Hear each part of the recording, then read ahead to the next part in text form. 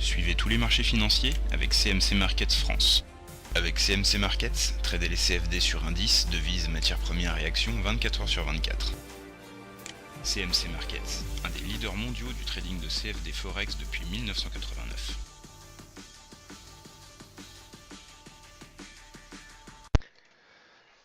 Salut, c'est Trado. Voilà la vidéo de mise à jour pour le CAC, l'or et l'argent. L'argent, oui, parce que désolé, il est un petit peu tard, donc je ferai les trois vidéos ensemble, donc ça va être un petit peu long. Surtout que je dois préciser deux, trois bricoles.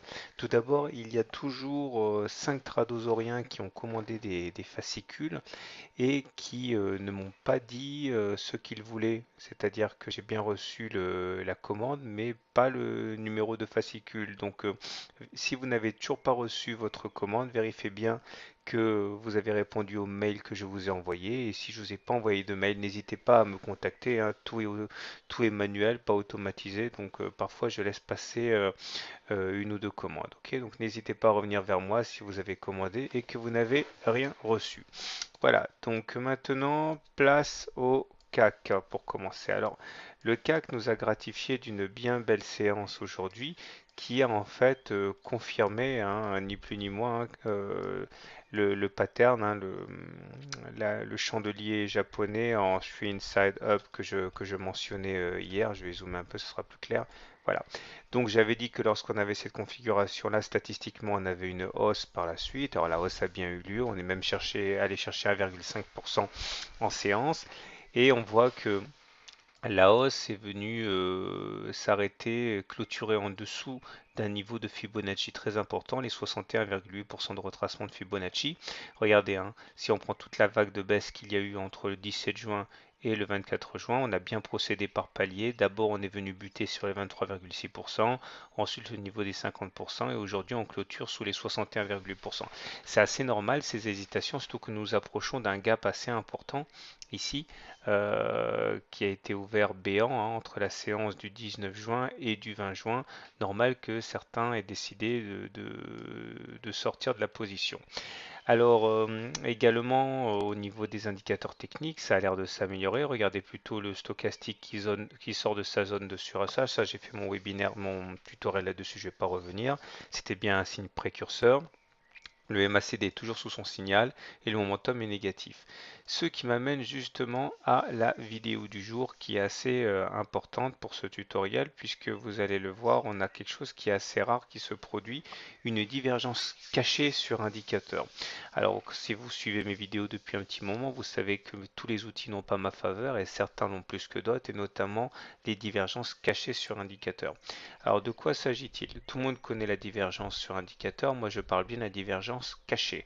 Imaginons que vous ayez les cours de l'action qui est d'une action ou du CAC ou n'importe quoi qui évolue de telle manière et qu'en même temps vous ayez un indicateur, que ce soit le momentum, le stochastique ou le MACD qui évolue de cette manière. Comme vous pouvez le constater, on n'a pas fait de plus haut sur le CAC ou l'indicateur là, pendant que sur l'indicateur, eh bien, on faisait bien des plus hauts. Ça s'appelle une divergence cachée. Alors pourquoi? Bah, ça veut dire que voilà, les indicateurs ou l'indicateur ici mouline, force autant qu'il peut pour faire des plus hauts, mais le cours lui ne suit pas. Ça s'appelle une divergence baissière cachée. Généralement derrière ça fait badaboum, hein. J'en ai repéré une en novembre sur le CAC. Regardez bien, l'indicateur ici, le MACD en l'occurrence, faisait des plus hauts. Sur les cours, on n'avait pas de plus haut. Et derrière, boum, sanction immédiate. C'est très dangereux, les divergences baissières, beaucoup plus que les divergences standards. Évidemment, ça fonctionne aussi à la hausse.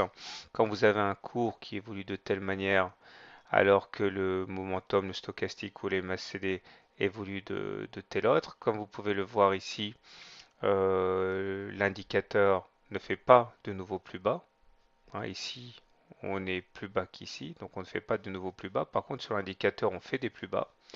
Ça s'appelle une divergence haussière cachée. Alors, je n'ai repéré une sur le CAC. Regardez, ici, on a fait un plus bas, mais sur le CAC, on n'a pas fait de plus bas. Derrière, badaboum, enfin plutôt hop hop hop, voilà la hausse. Alors, si j'en parle naturellement, ce n'est pas pour rien, c'est parce que regardez bien ce qui se passe actuellement sur le momentum. C'est là. Alors, vous me zoomez pour bien comprendre ce qui se passe. Regardez, on a fait un plus haut sur le momentum. entre ce point-là et ce point-là.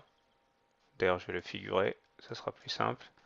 Et quand on regarde ce qui s'est passé en même temps sur les cours, entre ces deux points, ben, il est clair qu'on n'a pas fait de plus haut, hein.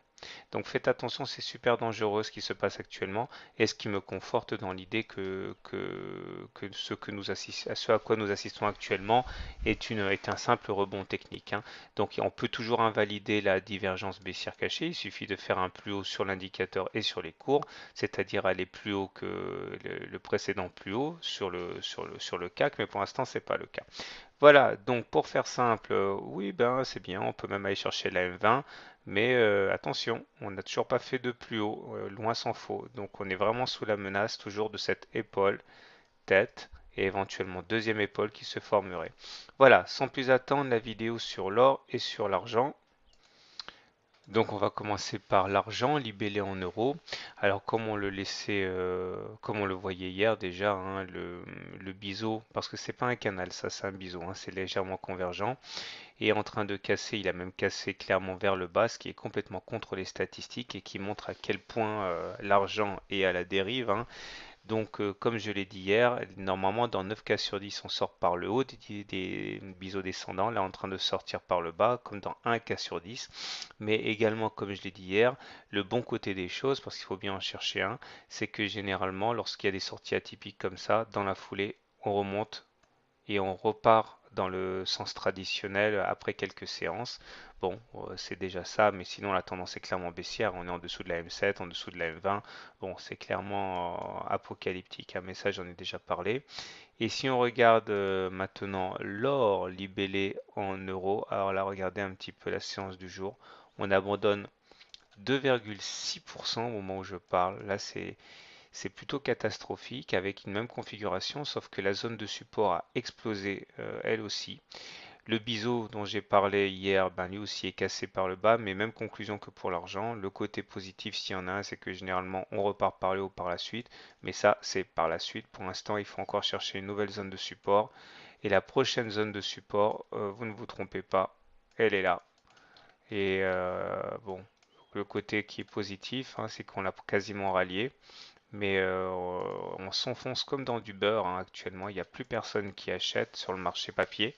Et ce qui permet donc à la spéculation à la baisse de donner libre cours à son imagination. Voilà, je vous souhaite une bonne soirée, de bons trades et à très bientôt pour une autre analyse technique. N'oubliez pas, si vous n'avez pas été livré des fascicules, contactez-moi. C'est pas normal, c'est que je me suis planté quelque part. CMC Markets, un des leaders mondiaux du trading de CFD Forex depuis 1989.